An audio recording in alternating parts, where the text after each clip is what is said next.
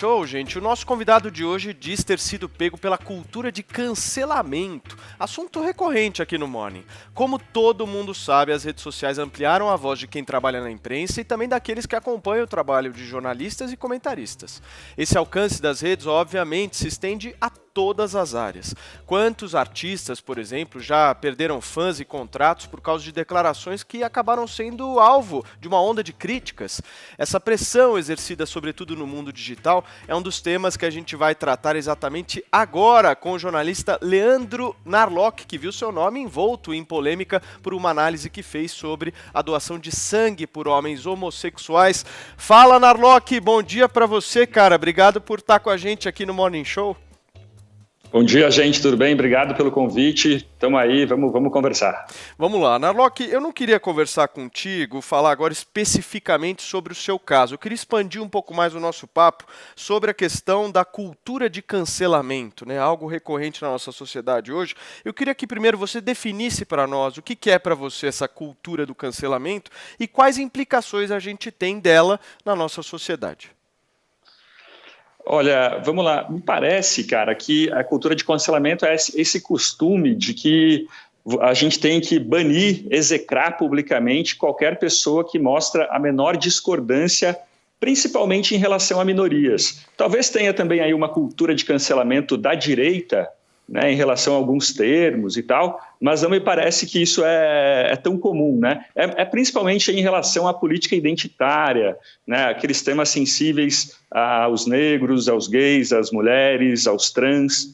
E quer dizer, isso está acontecendo muito nos Estados Unidos hoje, né, nas universidades. Por exemplo, um pesquisador que ele conclui na sua pesquisa de psicologia ou de algum outro assunto de economia que não é por preconceito ou por machismo que existem menos mulheres em exatas. Ele rodou bases de dados e concluiu, olha, pelo que eu achei pelos meus números, não se deve a preconceito, mas, digamos, a escolhas das mulheres.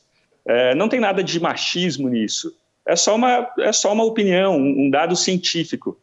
Apesar disso, essas pessoas aí recebem abaixo-assinados de 500, teve casos essa semana de 600 pós-graduandos e doutorandos e professores pedindo que a pessoa fosse demitida, que fosse retirada de associações de acadêmicos e tal, né? Então, é principalmente uma intolerância, um linchamento virtual. A ideia de que você tem que linchar qualquer pessoa que discorda até mesmo de termos, né? E eu estava muito nesse assunto e acho que sim, fui um pouco vítima disso na semana passada. Muito bem, Narlock, eu queria te perguntar agora, como é que você digeriu todas as reações negativas que aconteceram devido ao seu comentário lá na CNN sobre a doação de sangue por homens gays? Como é que você trabalhou nisso internamente, aí, falando como Narlock, pessoa física? Cara, foi muito interessante, porque eu já tinha falado sobre isso na CNN em março, assim que a TV estreou, eu e a Lia Bock, minha amiga, a gente falou sobre isso e eu citei várias pesquisas dizendo, olha, exatamente o que eu disse dessa vez, assim, talvez de outra forma. Eu acho que o meu comentário podia ter sido mais preciso, né? Como comunicador, eu preciso me preocupar não só com o que eu digo, mas como as pessoas recebem. Então, aí eu poderia ter antecipado essa reação. Né? Uma hora eu usei o termo promíscuo, a gente já fala sobre esse termo depois se vocês quiserem, mas... Opa! Vamos lá, e aí, Joel? Bom, promiscuidade, pô. E quer dizer, eu defendi, eu achei estranho porque eu defendi a doação de sangue por homossexuais. Eu falei, olha, não vai mudar, as pessoas não precisam se preocupar que vão ter sangue contaminado, vão ter sangue com HIV, porque continua sendo proibido, continua existindo o critério que restringe comportamento de risco. Eu usei o termo promíscuo, mas o certo é comportamento de risco, né? Gays ou héteros que transam sem camisinha com diversos parceiros vão continuar sem poder doar sangue. Foi isso que eu tentei dizer, devia ter dito de uma forma mais clara, mas estava óbvio.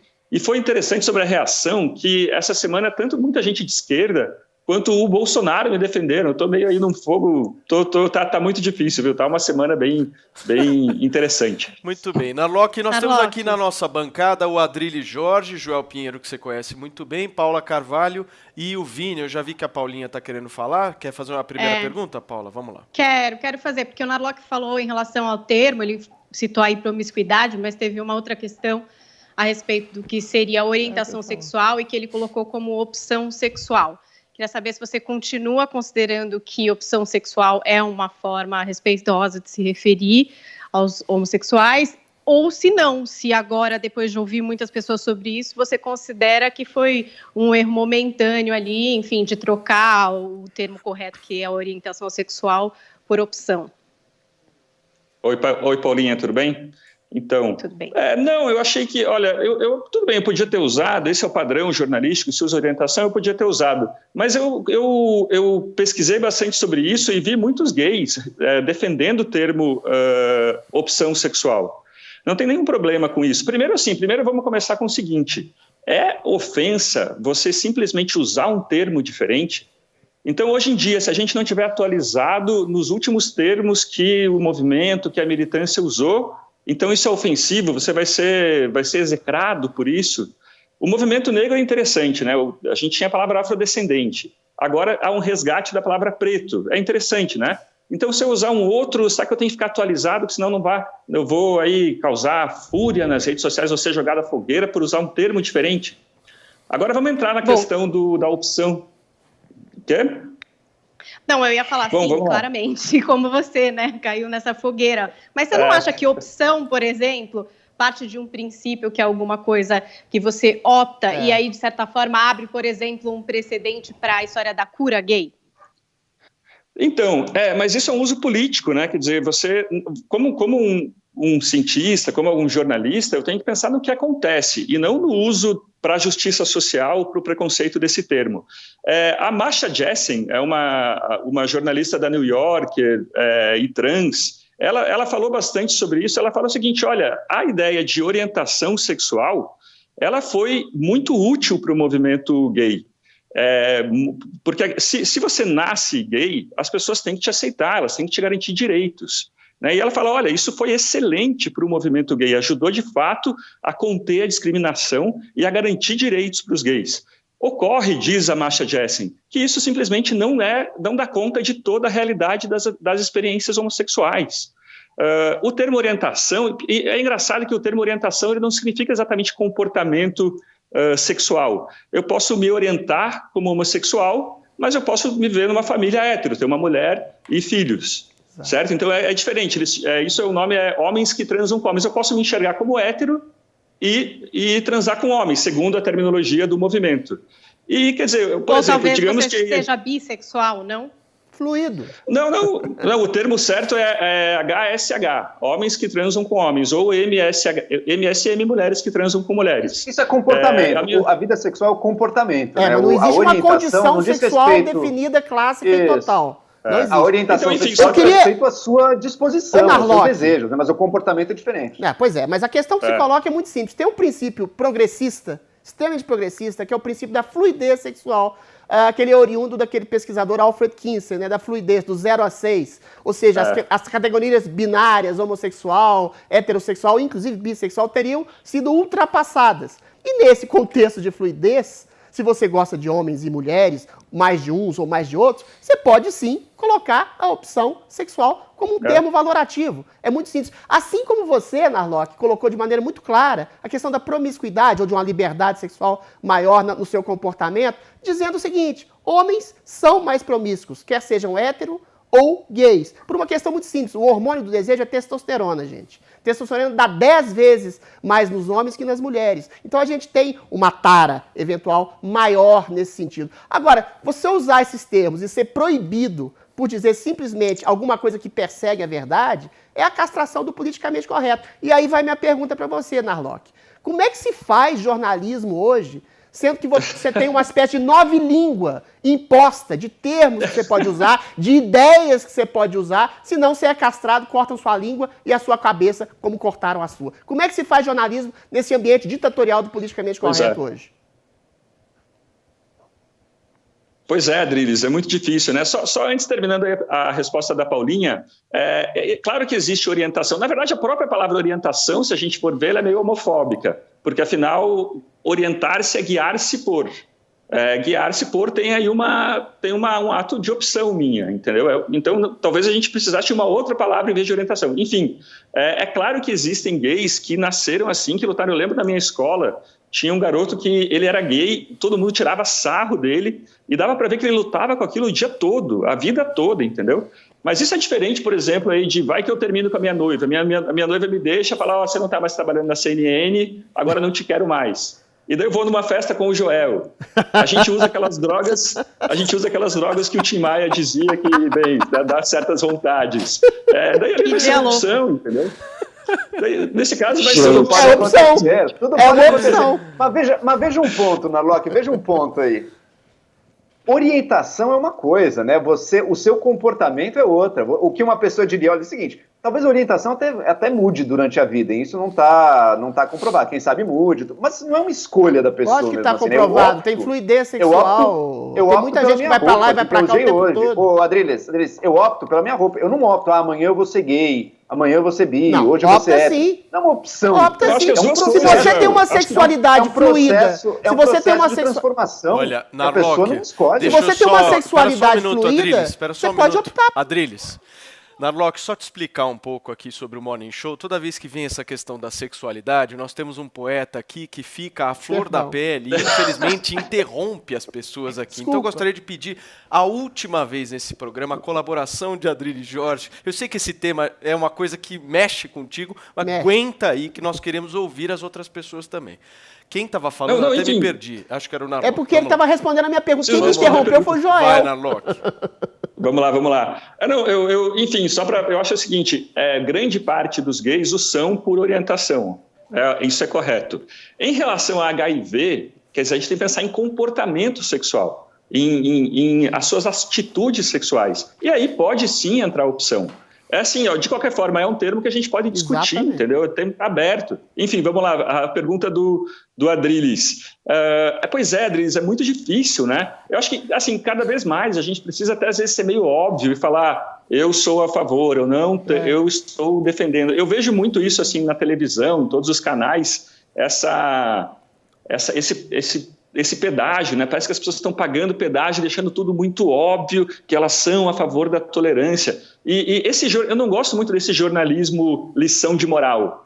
Né? O William Bonner é meio assim, né? Sempre que eu vejo o Jornal Nacional, eu me sinto uma pessoa meio ruim, sabe? Ele está querendo me fazer uma pessoa melhor.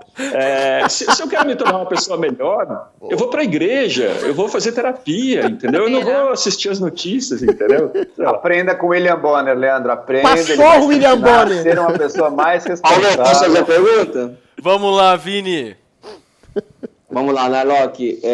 Bom dia primeiro. Eu queria saber mais um pouco como você recebeu esse elogio do presidente. Você já disse aí que está meio confuso para você, né? Porque você recebeu também elogios da esquerda, mas especificamente esse elogio do presidente da República, Jair Bolsonaro. Ele citou o seu nome e de outros comentaristas e disse que vocês possuem algo em comum, que é a opinião própria e independência, e que isso já é suficiente para serem considerados nocivos dentro de grande parte da mídia, hoje completamente dominada pelo pensamento de esquerda radical. Como você recebeu este comentário e você concorda com essa análise do presidente? Há realmente esse domínio de um pensamento de esquerda na grande mídia? Sim, eu gostei da mensagem do presidente. Não concordo com ele, critico na CNN, eu critiquei ele muito mais vezes do que apoiei. Acho que todo dia eu criticava sempre. Mas gostei, achei o texto bem escrito, né? Um texto aí de estadista, o que é meio raro ali nos tweets do Bolsonaro. Existe sim, sabe? Existe essa homogeneidade de esquerda em todas as redações que eu trabalhei na minha vida, né? Não quero falar muito sobre a CNN. Acho que existe até dos chefes um esforço para que tenha um equilíbrio, sabe, para que você tenha uma diversidade de vozes, uma diversidade ideológica. Mas o problema é que o baixo clero, né, as pessoas, os jornalistas iniciantes, o problema não é nem só ser de esquerda, sabe? Vini, o problema não é só de esquerda, mas é não conhecer argumentos liberais. A gente ouve, assim, eu ouço, quando trabalhava em outras redações, coisas do tipo, pô, você é liberal, mas você é contra os pobres? Que a pessoa ela simplesmente nunca foi exposta aos argumentos de um outro lado, né? E isso é uma pobreza maior do que a pessoa ser de esquerda, né? Tem muito pensamento elegante de esquerda. Isso não é... A estupidez não é monopólio de um lado ou de outro, né? Muito bem. Joel Pinheiro, sua pergunta. Não, eu queria refletir aqui sobre a situação que a gente está criando enquanto sociedade. A gente discutiu aqui brevemente, eu acho que o seu uso do orientação sexual, do opção sexual ali até é equivocado. Acho que orientação é melhor mesmo, porque não é uma escolha da pessoa, né? A pessoa é aquilo, talvez ela se transforme até, mas ela não escolhe, ela não opta a cada passo do caminho dela, né? Mas realmente a gente está vivendo uma situação na qual a opinião discordante ela leva a uma reação muito indignada e muito violenta de um grande número de vozes. A gente viu nos Estados Unidos recentemente esse manifesto, né, de diversos intelectuais, e que incluiu gente de esquerda, incluiu Noam Chomsky, tem o Steven Pinker, enfim, tem uma série aí de pensadores que se uniram nesse manifesto porque a coisa está ameaçando um pouco até a liberdade de expressão e pensamento dentro dos campos universitários, dentro da universidade, que devia ser, por excelência, o lugar de livre debate, né, de livre corrência de ideias. Você enxerga risco para a liberdade de expressão hoje em dia ligado a isso? É demais, né? Eu acompanho muito a Quillette, uma revista americana, um site americano, e eles ficam a semana toda, eles mandam listas de... Não toda semana, mas periodicamente, eles mandam listas de intelectuais, pesquisadores que estão sob ataque. Né, pessoas que tiveram uma ideia, que publicaram um texto com ideias bem longe de racismo, de preconceito, mas o movimento não gostou e foi atrás, né? Quer dizer, a gente está vendo demissões toda hora sobre isso. E o pior, Joel, é que é um tipo de censura. Tem um livro do Jonathan Haidt, que é The Coddling of American Mind, que fala muito sobre isso. Ele fala o seguinte: antigamente a censura ela vinha de cima. A censura vinha da administração da universidade, ela vinha dos políticos. E hoje em dia a gente está vendo uma censura um tanto assustadora, porque ela vem de baixo, né? Ela vem dos seus pares. E isso causa aquela sensação de pisar em ovos, de que você não basta não só concordar, você tem que mostrar expressamente uma concordância efusiva, né? E o Pinker mesmo, né? O Steven Pinker, ele escreveu agora, olha, isso é coisa de George Orwell, a gente está vivendo uma coisa que é até pior do George Orwell, porque ela não vem de cima, ela vem do lado, né? E agora, eu só queria deixar outra coisa também, aqui. Né? Não, fale você, então, você é o convidado. Eu ia pontuar uma coisa, mas se você tem mais um ponto aí, faça você, que você é o convidado. É lembrar que existe uma hegemonia de um princípio, de não uma ditadura progressista. Pelo amor de Deus, alguém me ajuda nesse programa. Vamos lá, Narlock. Não, e assim, ó, eu morava na Frei Caneca. Eu já fui em meia dúzia de parada gay, adoro. Rola uma pegação hétero também na Frei Caneca, entendeu? Eu gosto desse clima de você ver gays na calçada em São Paulo, isso é cosmopolita. E daí, de repente, eu me vi como o cara anti-gay, entendeu? Isso me incomoda muito, assim. E eu fico pensando se essa intolerância toda, ela é boa para o movimento gay. Não. O movimento gay, ele surgiu com uma ideia de... O marketing do movimento da Califórnia, ele tinha uma ideia de tolerância, de festejar o prazer, de festejar a liberdade, a vida. E hoje em dia a gente está vendo um pouco o contrário disso, né? Muita gente me escreveu, eu fiquei até aí me sentindo fortalecido esses dias por causa de tanta gente que me escreveu, e que enfim, muita gente boa, e as pessoas estavam ressentidas com o movimento gay. Então me parece que tem um pouco de tiro no pé nessa intolerância, né? Ô Narlock, para a gente finalizar aqui a entrevista, eu queria te fazer uma pergunta, uma curiosidade minha. Com essa cultura de cancelamento instalada dentro, principalmente do jornalismo hoje, como é que você vê o futuro? Olha, Paulo, me parece que isso está mudando, sabe? Esse manifesto que houve semana passada, ele me parece que foi um ponto de inflexão, assim. As pessoas elas começaram a ver que está demais. Então tem cada vez essa ideia de... Antes era meio virtuoso você botar o seu nome num abaixo-assinado contra um professor que ousou pensar diferente. Hoje em dia isso está ficando meio cafona, sabe? Tá comunicando, eu quero acreditar nisso pelo menos, né?